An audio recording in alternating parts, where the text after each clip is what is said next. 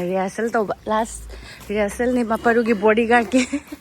hayeng di program ni na ngasi last rehearsal to doine na han ngai di school dum toramane ado ngai sing nervous oidana ba khotana ba gi tawbagi ra khangde ado university se da koi se dagi anak pada Girijananda Chaudhuri University aina leyeba ado moina ado mapam da tawni aina school dagi notice lae koi parents loina ngai sing purani akoi budi inghan ngai thajade hayeng budi pungani dagi program ne ba ado di hayeng yaurani thabok loisang ko jelam tawraga parune aine sonu ne thokle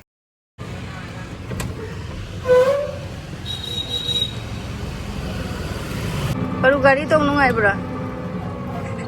mana sigi i-rickshaw se tong janing basi dia ba Ndar babu sala i-rickshaw dagi kumthare hai do ka mo sida to ngala bune isu an basa kumina khande ba ko khande budi ure mafam do ado suna gari se ani di to yaure koi se yam hena di lakpagi na Girijananda Chaudhuri University and I hit the packet gallia go nangaroi the marena ta dogle mi su yam lak na ramdri adu karang na tholak pana di phareda ado manung da sangwai na ko manung da sangin angang sing su lai kai kai gi mai role gi matungin na mai role matungin na dress ka jeung tiger yaure de sunflower ko mari to yung ngang ngang sing ngau na ri ba aduga mogi raja rani do laktri ba hai baina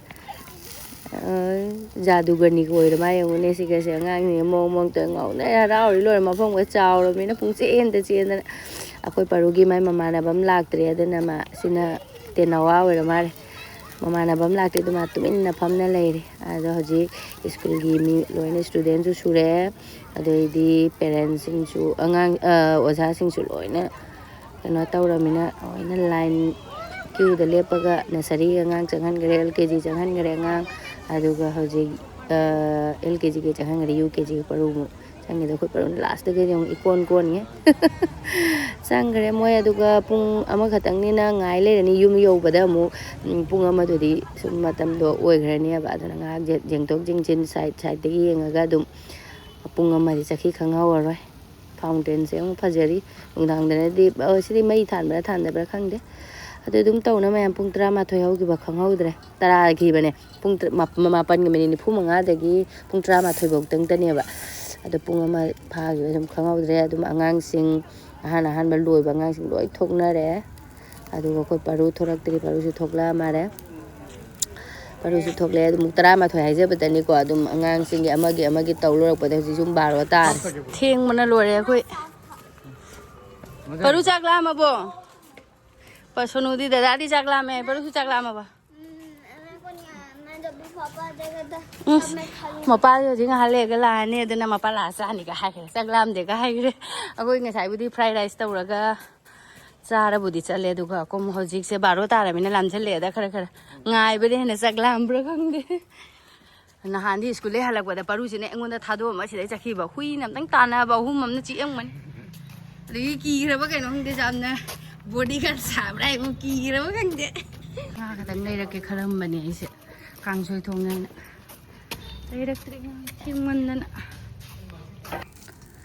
pung ama ta sani re dum aduga sonu se chakla me kari no pije dui sa chapo te bu biscuit lei ado prap sak thong ge bodi taw ba ai su ado biscuit se khara pizza ge sonu de sigi magic mom magic se am pam je ba ado moi ni se khara han bagi chakla am tha ge mabuk da ado ga chak thong gal ni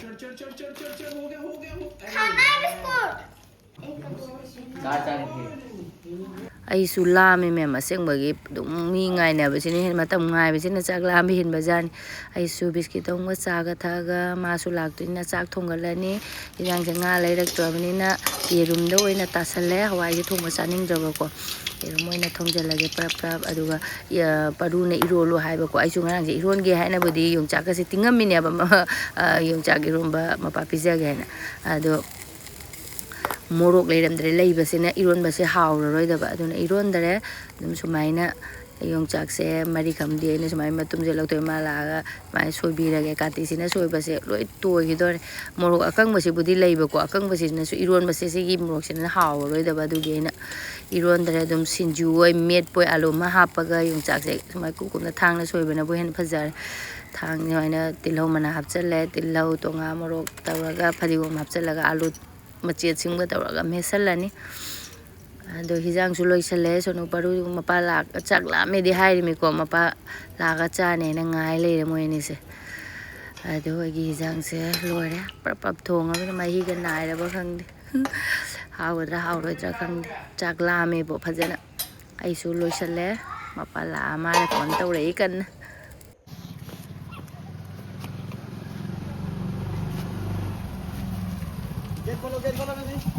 gate तो खुला नहीं थे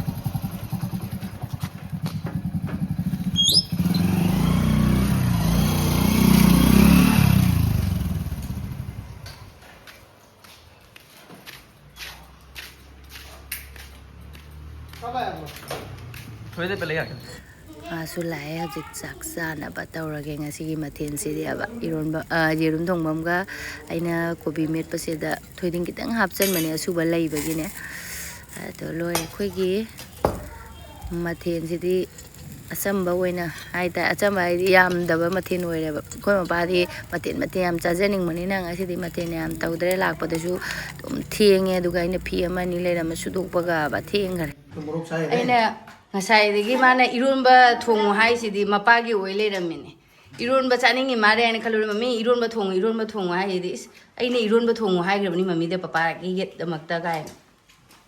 ꯃꯄꯥ ꯂꯥꯛꯑꯒ ꯀꯔꯤꯗ ꯅꯨꯡꯁꯨ ꯀꯥꯕ ꯃꯑꯣꯡ ꯇꯥꯏ ꯉꯁꯤꯗꯤ ꯖꯨꯝ ꯌꯧꯔꯒ ꯆꯥꯛ ꯌꯥꯝ ꯍꯥꯎꯐꯪꯉꯤ ꯏꯉꯣꯟ ꯂꯩꯖꯔꯝꯃꯦ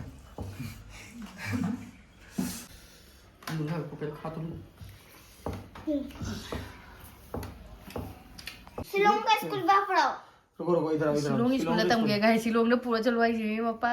लाइनिंग तो नहीं कौन गए सा स्कूल पढ़ाना? क्योंकि ये दा का मैम बोला ना गए पापा का शिलोंग से चला गया रो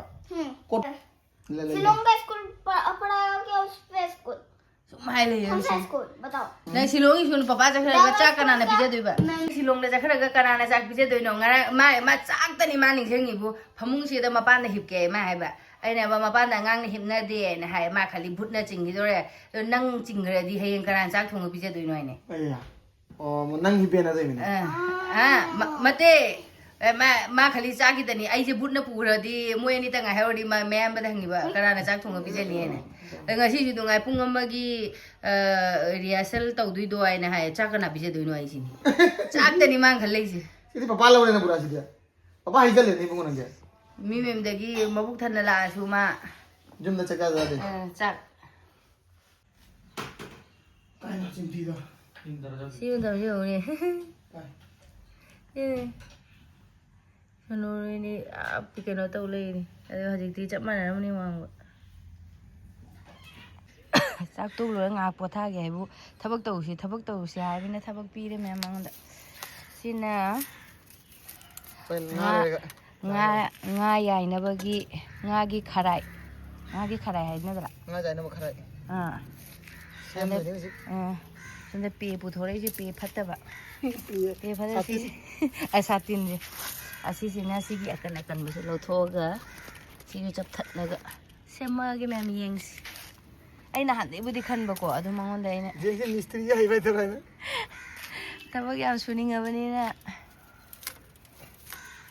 ꯁꯨꯍꯜꯂꯒꯦ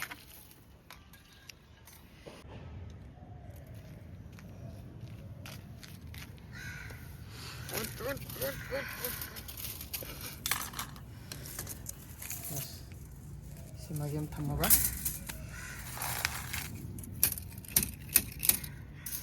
सी तो मंदो यिने चप तिंगन जा रहे हम एनु धंग पक काउना खुदी देखा दी बस ꯁꯤ ꯇꯃꯣ ꯍꯣꯏꯗꯤ ꯐꯖꯅꯤ ꯍꯥꯏꯒꯝꯅꯦ ꯑꯁ ꯈꯔ ꯑꯣꯜꯂꯛꯇꯣꯔꯦ मालक तो रे कायदे ये ले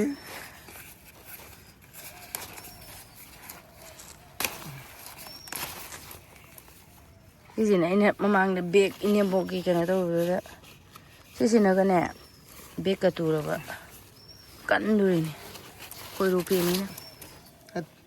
red din si ento mai sa da ni si ti la waiting to sa lo ti la na si kana ka bu ni ko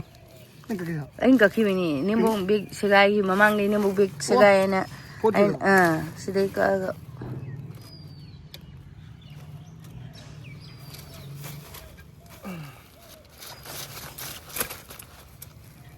kharadi sabada này mà tông cái đấy rồi nhưng phung húng cái đồ đấy rồi cái này húng mà khai ta là bạn khôi cả khai lại cái đồ đấy hầu dịch sẽ cái nó lau thì sẽ phung mà đi mang ta mà có mang ta đấy tôi mà đấy mà kharadi đừng khôi kharadi xem xí nè pai này pai này với cái hand đấy mày khut cái sạc cái nó tao rồi đâu vậy cái bác khut cái sà rồi bạn mày đã hầu dịch nga lấy rồi xí design ready ôi mà quăng tê anu pare wow thế đấy nga dài này khôi gì mirga rau mà sắm sang cũng được dài cái đúng si phabo ko dài nan thai ni makada cái nó đi ra rồi bút thì cái nó bút thì một cái ngã cũng mà đi ra rồi nghe anh xin nói số pai này ba mà cả ra đó sâu bằng ngã dài này ba cái tên này ka bok sum 아주 막 이런 광기는 광 차징 하고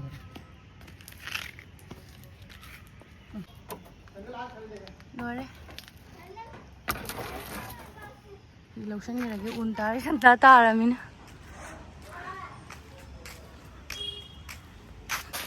nhiều cây nó nè cây phố nó đâu đủ được nghe chân nó bùi ồ paru nang bai to kenu jinge paru gitu charo nang so paru ga bang cha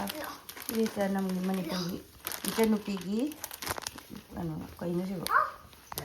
ani se manipur dagi moi mamona porak pa sapot sari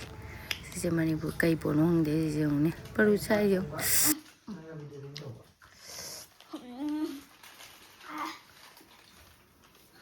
aduga mya magi kharai do da yai ni man gi nai se nga le yu se na lak pani nga se aina pa ma ngai chau man gre ba si se yam chau ro su tan le khatang pik tak to we di pha ba do modi lai ne uni khulang si di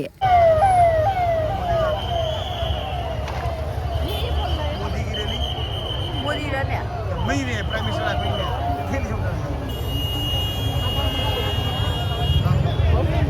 na ni ma ko yam de oi chanju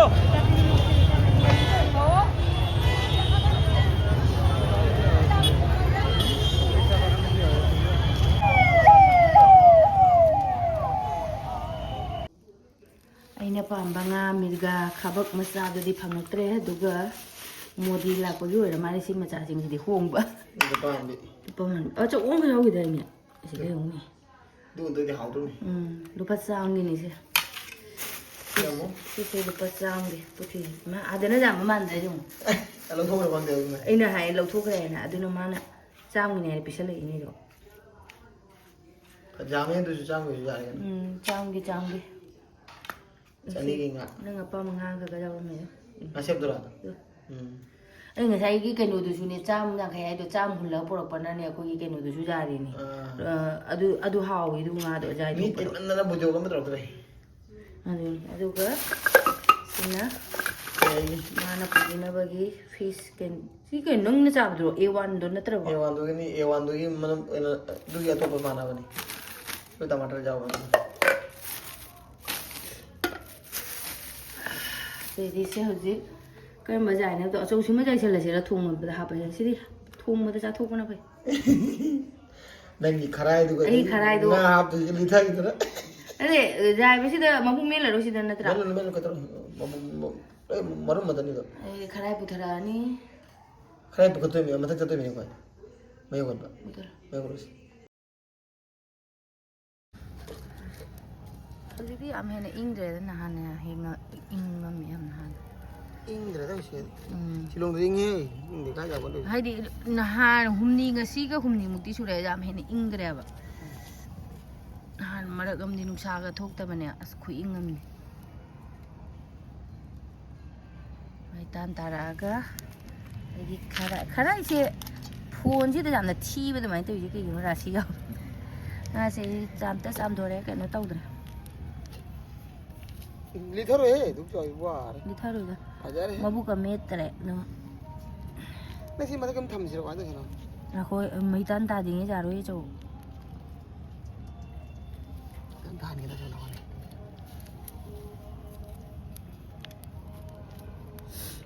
ꯑꯃ ꯀꯩꯅꯣꯗꯨꯅ ꯂꯨꯄꯥ ꯃꯥꯟꯕꯤꯗꯨꯅ ꯊꯣꯡꯉ ꯆꯥꯅꯕ ꯊꯝꯃꯅꯤ ꯂꯨꯄꯥ ꯃꯥꯟꯕꯤ ꯑꯖꯥꯏꯕꯁꯦ ꯍꯥꯎꯕ꯭ꯔꯥ ꯍꯥꯎꯇꯕ꯭ꯔꯥ ꯈꯪꯗꯦ ꯑꯩꯅ ꯍꯦꯛ ꯄꯥꯝꯕ ꯉꯥꯗꯨꯗꯤ ꯐꯪꯉꯛꯇ꯭ꯔꯦ ꯍꯌꯦꯡꯕꯨꯗꯤ ꯁꯟꯗꯦꯅꯤꯅ ꯕꯖꯥꯔ ꯅꯨꯃꯤꯠꯅꯤꯅ ꯐꯪꯕꯗꯤ ꯐꯪꯒꯅꯤ ꯁꯣꯏꯗꯕꯤꯗ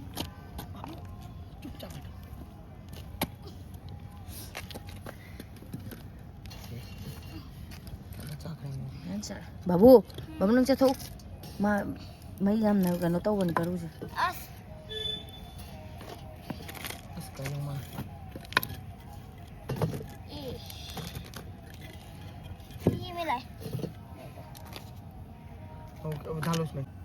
ꯑꯁ ꯂꯣꯏꯔꯦ ꯆꯟꯈ꯭ꯔꯦ ꯄꯨꯔꯥ ꯁꯤ ꯂꯨꯄꯥ ꯆꯥꯝꯃꯁꯤꯕꯨ ꯂꯤꯔꯣ ꯈꯪꯗꯦ ꯅꯨꯄꯤꯗꯣ ꯑꯁꯦꯡꯕꯒꯤꯅꯤ ꯃꯥ ꯈꯔꯗꯤ ꯍꯥꯏꯖꯤꯟꯈ꯭ꯔꯦꯗ ꯍꯥꯏꯖꯤꯟꯈ꯭ꯔꯦ ꯇꯧꯁꯟꯅ ꯂꯧꯊꯣꯛꯑꯗꯅ ꯐꯖꯔꯦ ꯏꯃꯥ ꯂꯨꯃꯤꯟꯅꯁꯤꯗꯤ ꯏꯃꯥ ꯀꯥꯔꯣꯏꯗ꯭ꯔꯣ ꯆꯧ ꯉꯥꯁꯦ ꯀꯥꯔꯣꯏ ꯃꯅꯤꯡꯒ ꯂꯧꯒꯗꯅꯤ ꯑꯍꯥꯟꯕꯩ ꯋꯥꯎ ꯃꯩ ꯇꯧ ꯉꯥ ꯃꯁꯛ ꯐꯖꯔꯔꯣꯏ ꯐꯖꯅꯤ ꯑꯩ ꯌꯨꯝ ꯆꯥꯒꯦ ꯅꯪꯅ ꯑꯃꯨꯛ ꯃꯅꯤꯡ ꯈꯒꯁꯤꯅ ꯑꯃꯨꯛ